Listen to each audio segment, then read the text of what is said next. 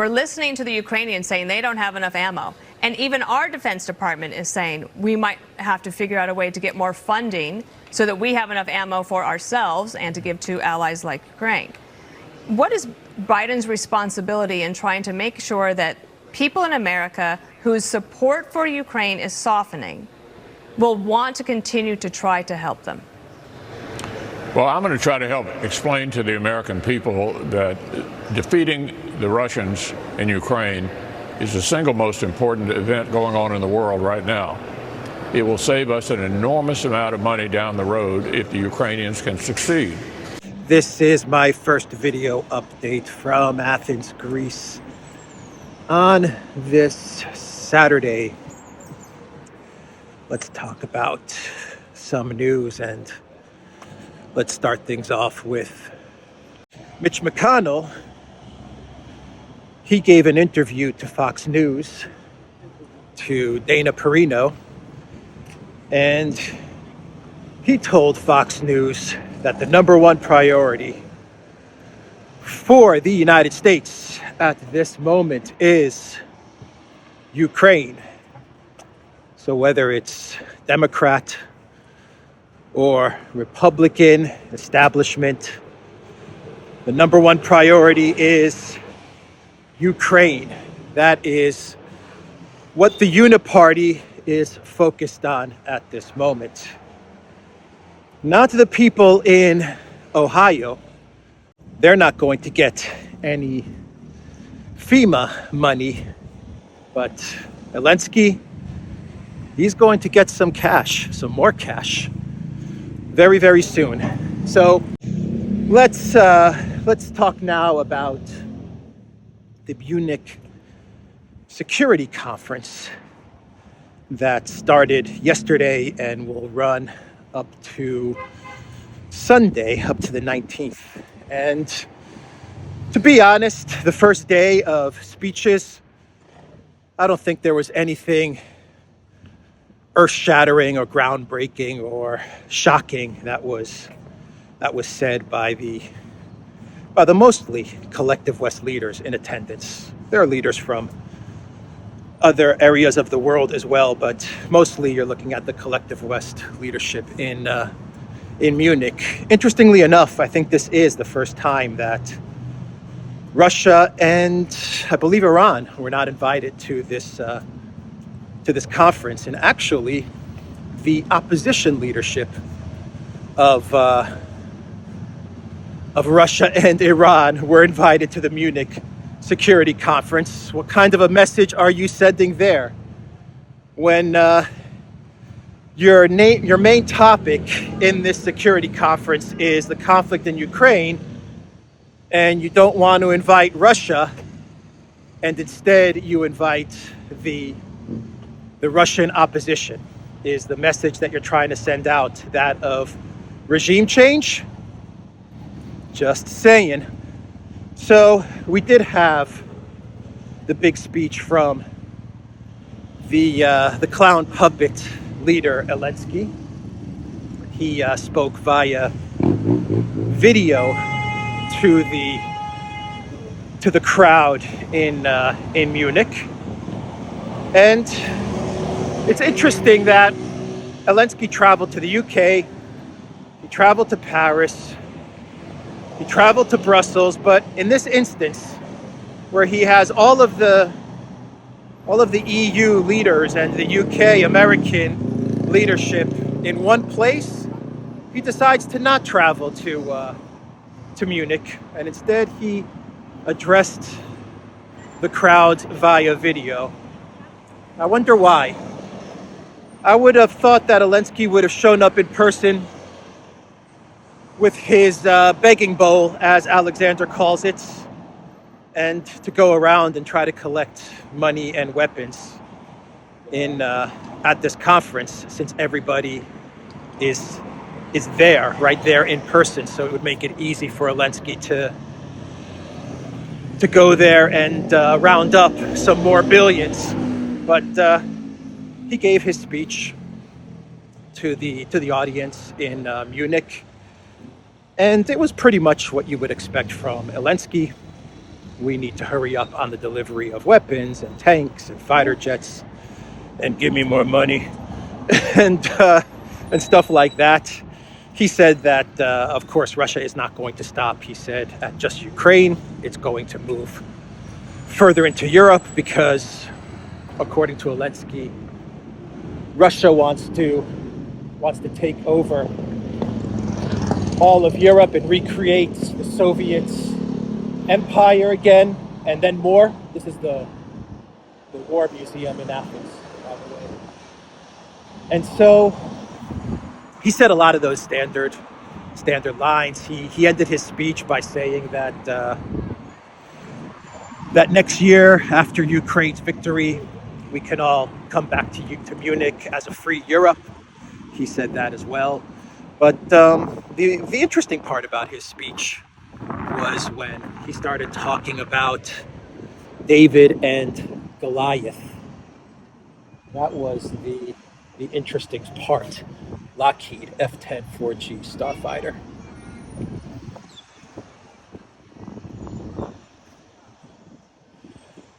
So that David and Goliath part was an interesting addition to his script. Of course, Ukraine being David, Russia being Goliath. And he even, at one point during his speech, he even said something along the lines of Ukraine needs the sling. David needs the sling from Israel to win over Goliath, in reference to Israel giving Ukraine money, weapons, and of course the Iron Dome. And it's no surprise that Zelensky was addressing Israel, because just a couple of days ago, I believe the Israeli foreign minister made the first official visit of an Israeli government official, a representative of the government, to Kiev. And so Zelensky is trying very, very hard to get money and weapons from Israel. North American T-6G Texan. That's this plane right here. And we come to this right here, which is the North American F-86 Sabre Dog. Awesome. Very cool. So let's go up here. So obviously, Ukraine is desperate to get Israeli Iron Dome and weapons and ammo and stuff like that. Basically, demilitarize Israel is what Zelensky is focused on. But Ukraine is nowhere near a David in this scenario, because Russia is actually the country that is fighting 25-pounder Mark I, Great Britain. It's from Great Britain. Russia is the country that is actually fighting a proxy war against how many countries? 43 countries, including one of those countries being the United States, which has a military budget of $850 billion. Not to mention that Ukraine's military was built up a lot over the last 8 years. I actually read a report that said something like Ukraine's military, with all the money it's received from the collective West, Ukraine's military is its military budget is the highest in Europe, or one of the highest in Europe. Single motor helicopter, USA,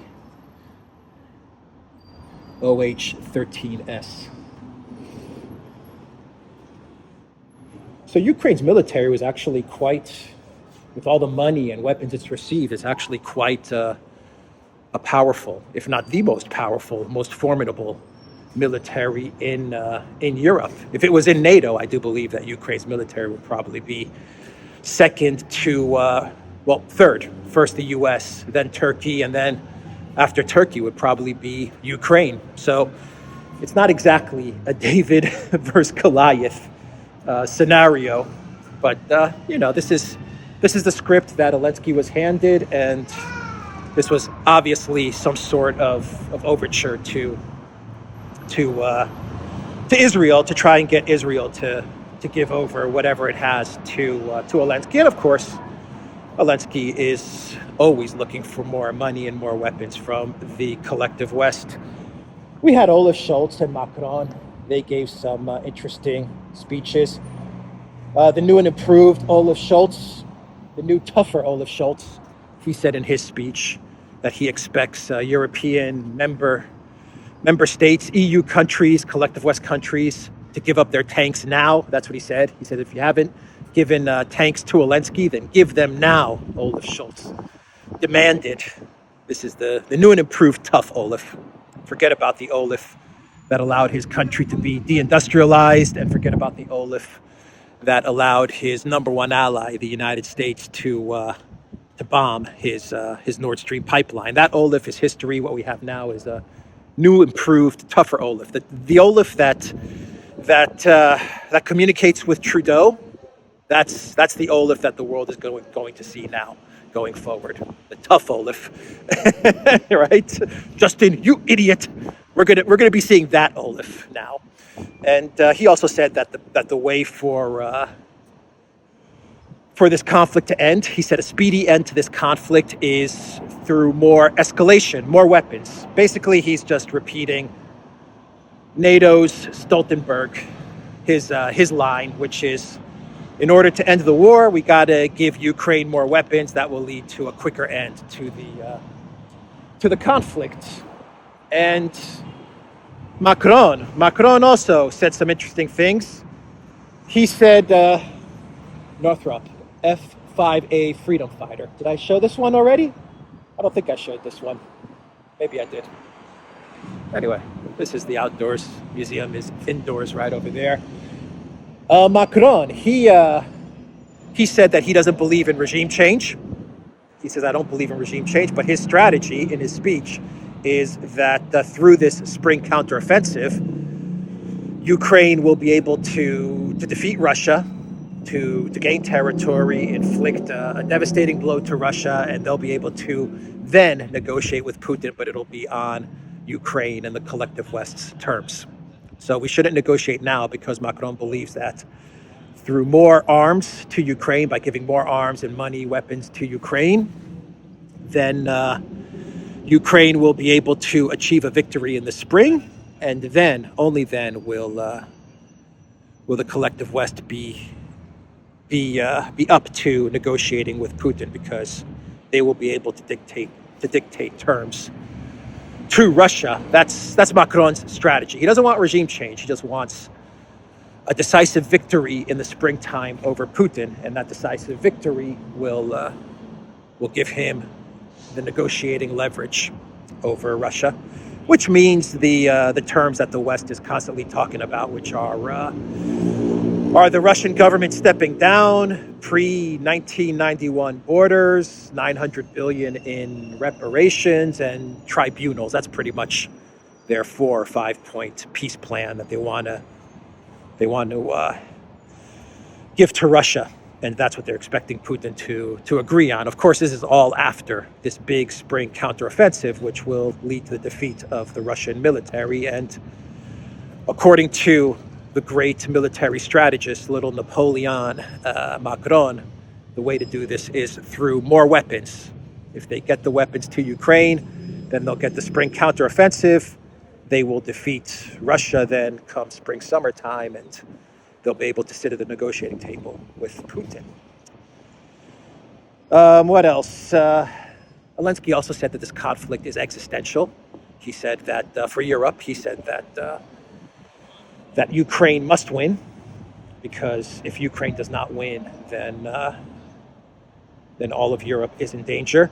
Polish Prime Minister Morawiecki pretty much said the same thing last week. He said that the conflict with Russia is existential for Poland. So basically, the strategy is that in order to save Europe, you have to give Ukraine the weapons that it needs, and by giving Ukraine the weapons that it needs, it will be able to defeat Russia a lot faster than having it drag on for the next year or two, and then peace and order will be restored. As Nuland said in her interview yesterday, Russia can then remove Putin, and it could be happy under the control of the West. That's what Nuland said. That's what she would prefer happen to Russia, for Russia to overthrow Putin and be under the benevolent control of the West. So that's pretty much what was said at the Munich Security Conference for the first day. I think I actually have the program for February 17th, which is kind of funny to look at the program of speakers and panels that were in Munich.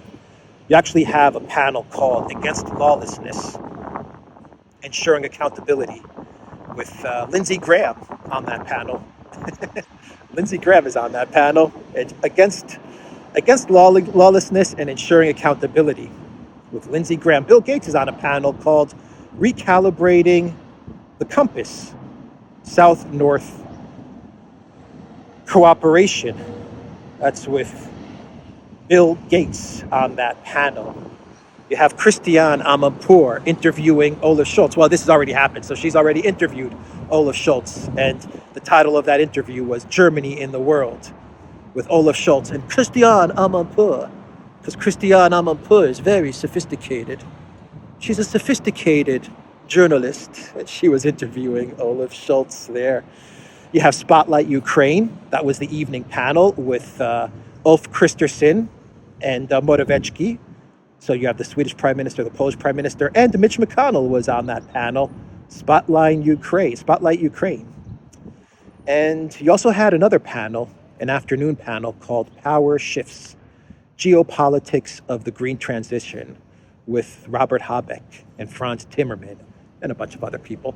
So I imagine that panel was the perfect place for everyone to discuss the geopolitical and ecological disaster of Nord Stream. I imagine that this was the panel where they talked about Cy Hirsch's article and what the Nord Stream pipeline sabotage means for the environment and for the geopolitical situation in Europe, right? I'm sure that's what they talked about at this panel with Robert Habeck. I doubt it.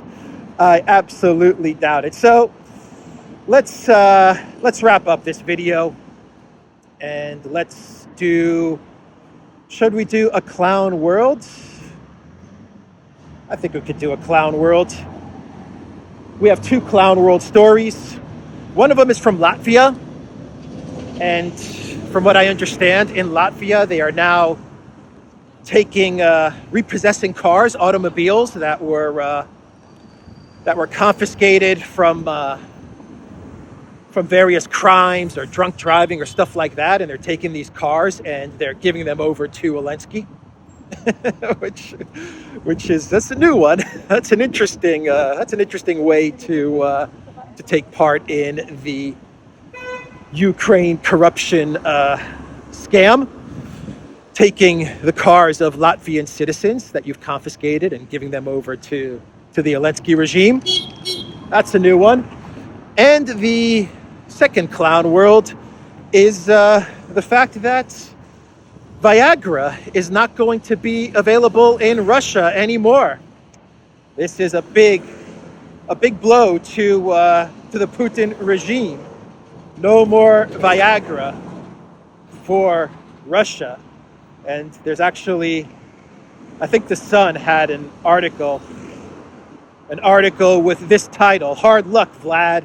Supplies of Viagra to Russia suspended over Ukraine war in fresh blow for Putin." A fresh blow for Putin. No more Viagra to Russia. With each day, they embarrass themselves more and more with each passing day. Anyway, that's the video, everybody, on this Saturday in Athens, Greece.